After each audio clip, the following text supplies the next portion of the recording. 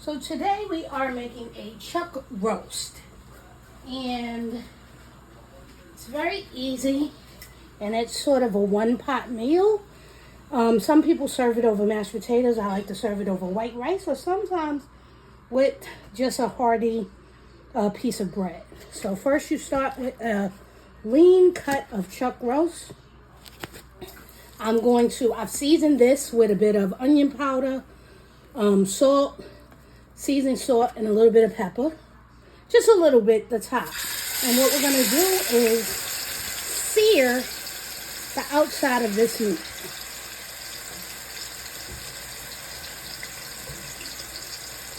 What else will be going into this chuck roast? I have some beef stock, entire container of beef stock. We will be adding some hearty carrots, salt, pepper, of course, green peppers, onions, celery. Those will be my veggies in there.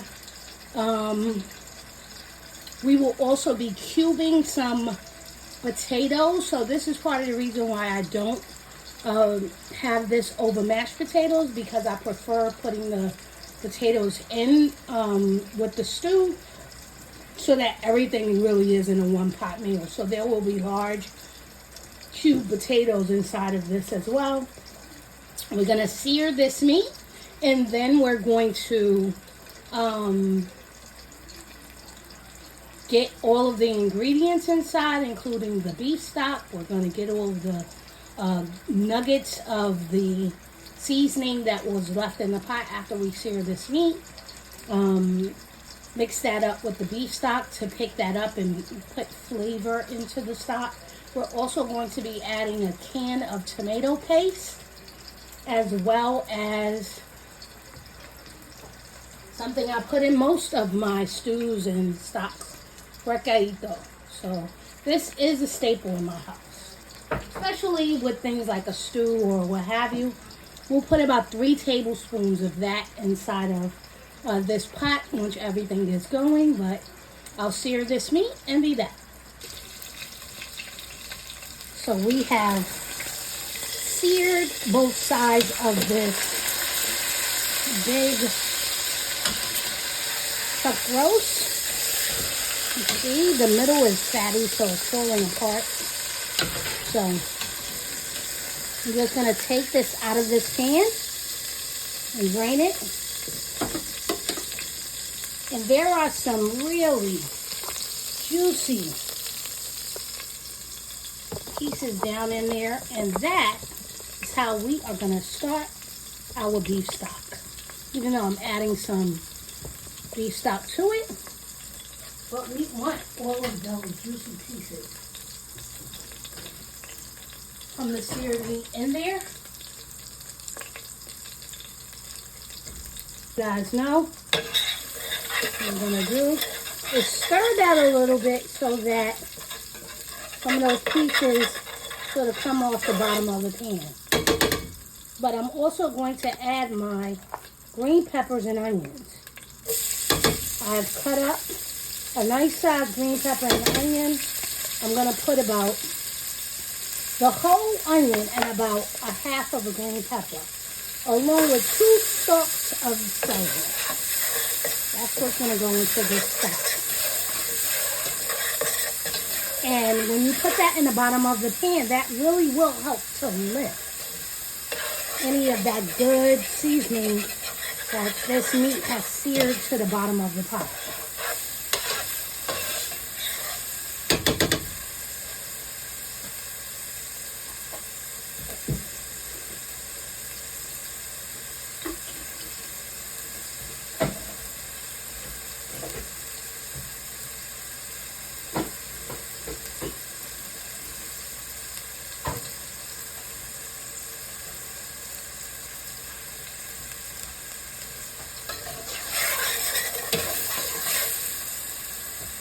And I'm just going to show you what that looks like. See, there's no more of those pieces that's like stuck to the bottom, because Just sauteing green peppers, onions, and veggies are really picking that seasoning up and becoming a part of this roux that's down here that I'm starting. Next, I'm going to add about a tablespoon of flour to this. Make sure.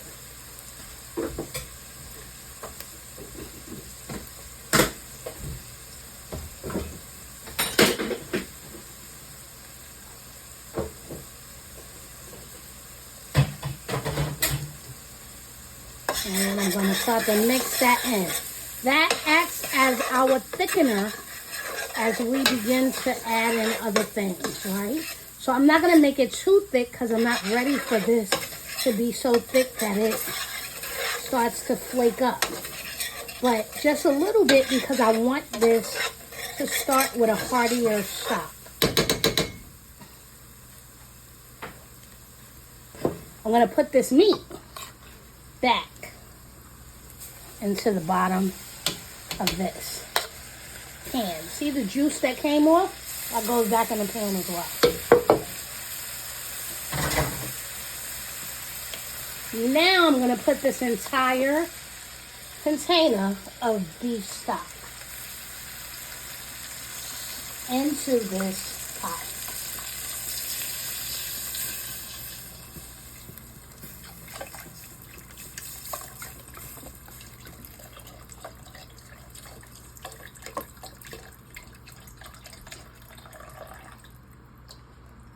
Entire thing of beef stock.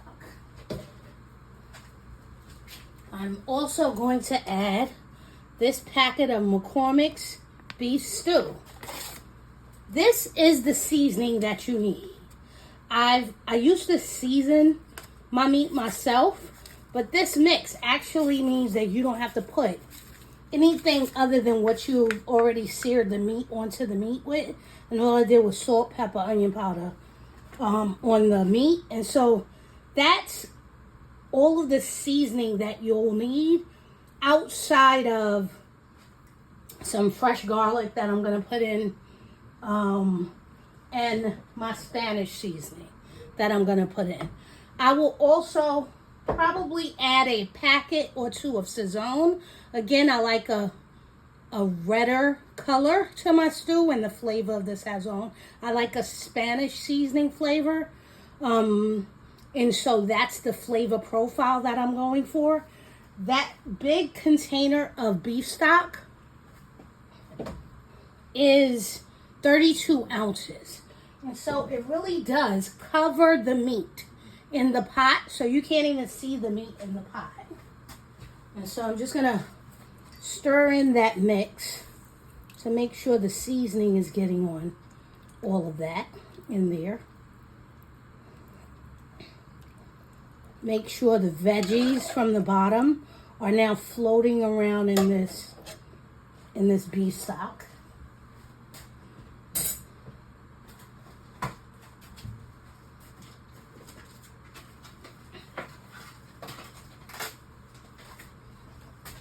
Here I am putting my packet of sazon, one right now. One packet of sazon.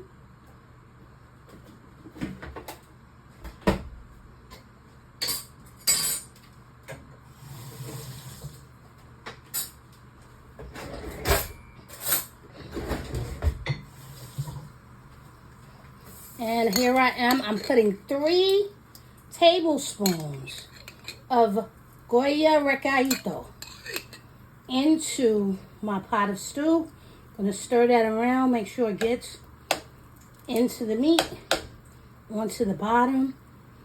I know this was a big piece of meat, but we're going to cook this meat down for about 2 hours or so, maybe closer to 2.5 hours or so. So that it's going to be falling apart in this pot.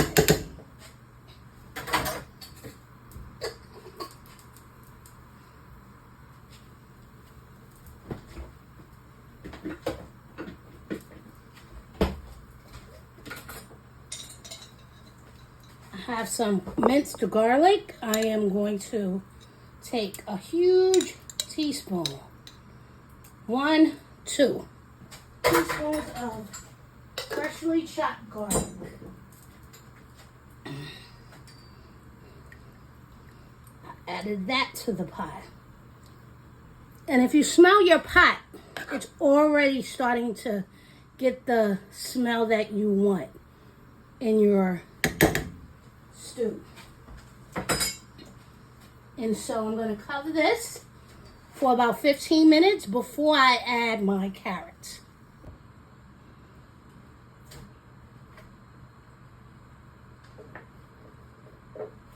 Next, we're going to add our carrots. This is about 5 large carrots. You see, I've cut them in big chunks. If you can see that, because Lance likes carrots. I do not. He will eat all of the carrots. I will eat most of the potatoes. So this will be 1 pot stew for 2 people. I know it looks like a big pot of stew for 2 people, but he'll eat all of those carrots in like 2 cities. So, and this will only last us a few days, 2 to 3 days. So that will be pretty good for us. See, it's not yet as thick as I want. I don't add the tomato paste until I add the potatoes, and the potatoes are halfway cooked. So you see, this is really quite loose because this will cook for about an hour or so before I even add the potatoes. So now that the carrots are there, I'm going to put this on a medium simmer. Not low, medium. Cover it, set it. Come back in an hour.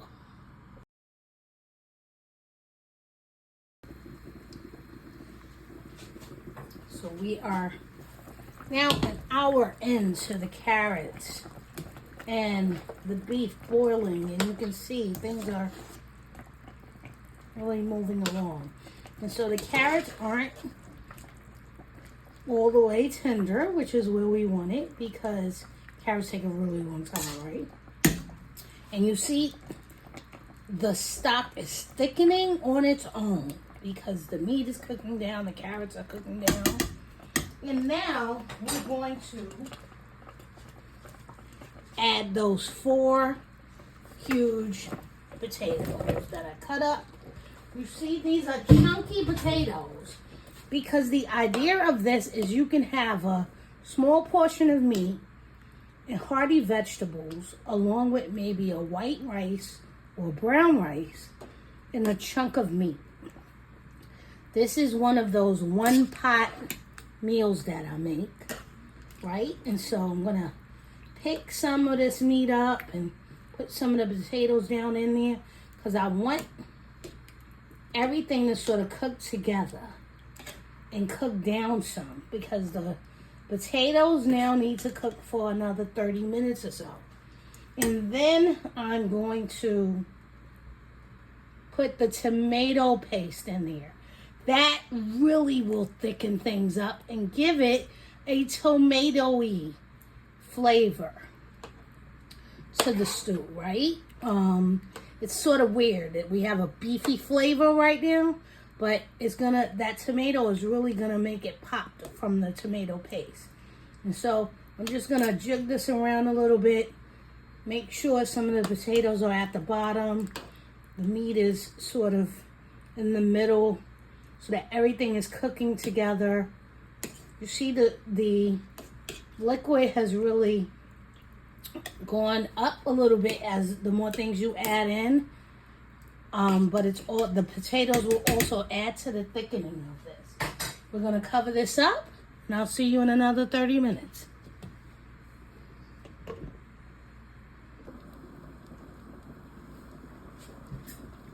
So we've now been cooking for about 2 hours, at least our beef has.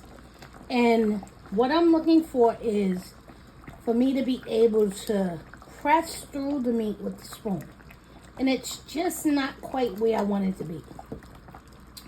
However, even without me adding the tomato paste, it is thickening. It's almost where I want it to be, so let me show you. I put the spoon in, it's almost where I want it to be. So that you see, I could tear through this meat with a spoon. This is where I'm looking for it to be. So what I'm going to do is, as I stir, I'm going to start to break this meat up. Because when I serve it, I want you to have the ability to have sort of a piece of meat, a large size of meat, like a chunk of meat or two, with some potatoes. So you see that? That's holding on with a piece of fat in there. So what I'm going to do is I'm actually going to cut through that fat, because that fat won't just break off on its own. But you see the tenderness of the meat and what I'm going for. So when I serve this, I want you to be able to get some of these chunky vegetables. The potatoes are done. Carrots are done. The liquid is quite where I want it. So now what I'm going to do is I'm going to stir this up. Make sure nothing is sticking to the bottom. You see that? There's a big piece of fat that is going through this meat that's going to stop me from cutting it up the way I want it. So what I'm going to do is cut through that fat so that that will be a chunk in a bowl with some of this chunky stew, right? So I'm going to cut some of this up a little bit. But as it cooks, it's getting more and more tender. So that's what I just wanted to break that big piece of meat up with the fat in it. If I could get this fat off, I will. And I will take that fat out and take that out of the pot. So you see, this is the consistency we want. And now I'm going to add my entire can, or actually I don't even need the entire can. The tomato paste acts as a thickening agent. Tomato paste is a natural thickening agent. So if you have any type of tomato-based sauce that you're trying to thicken, a spaghetti sauce that's too loose, add a little bit of tomato paste and it'll thicken up. So this is already thick, but I wanted to get the tomato flavor and I wanted to thicken up a little bit more. So I'm actually going to add about 3/4 of this can, not the entire thing, because I want it to cook for about 5 to 10 minutes. And that tomato paste will dissolve and run all the way through the stew, so the tomatoey taste is getting in there. The meat continues to get tender. Look at that big carrot. Lance will love that. And I will love the potatoes. So the flavor is getting in there. And at this point, with the tomato paste in there, now I will begin to taste to see if I need a little bit more salt, a little bit more pepper. You may need, depending on the taste that you're going for, a little bit more salt or pepper, right? You notice I didn't put any other extras. After I put that packet of beef stew in, I put fresh garlic, green peppers, onions. I put fresh things and the 1 packet of sazon. Everything else, it's stewing and cooking in its flavor. And so I'm going to let this cook for about 5 minutes. Then I'm going to come back, taste it, and see if it needs any salt and pepper. And then this will be done in about 5 to 10 minutes.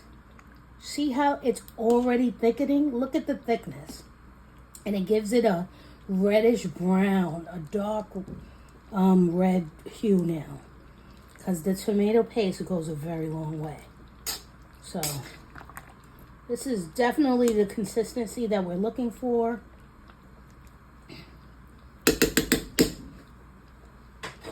Let's see how we work this out.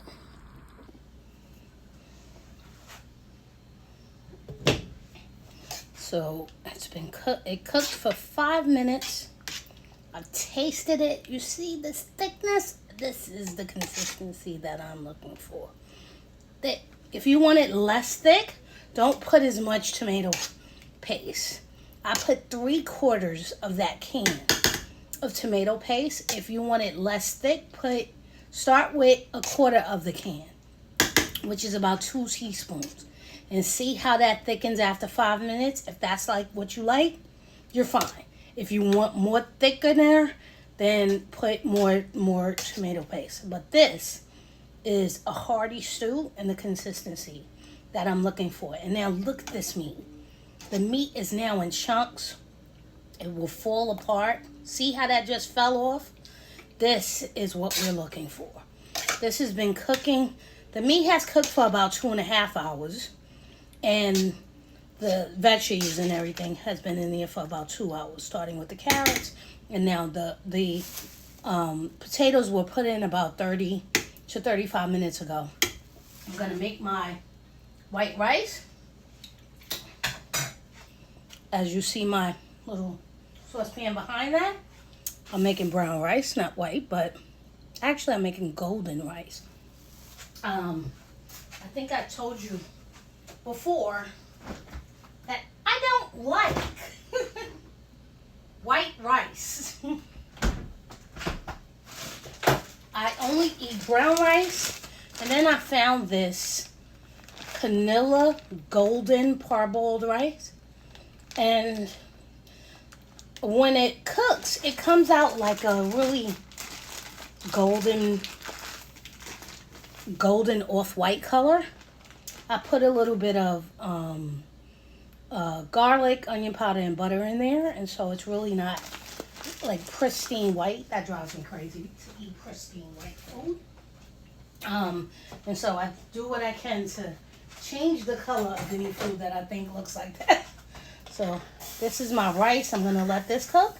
And we will be having rice and chuck roast stew.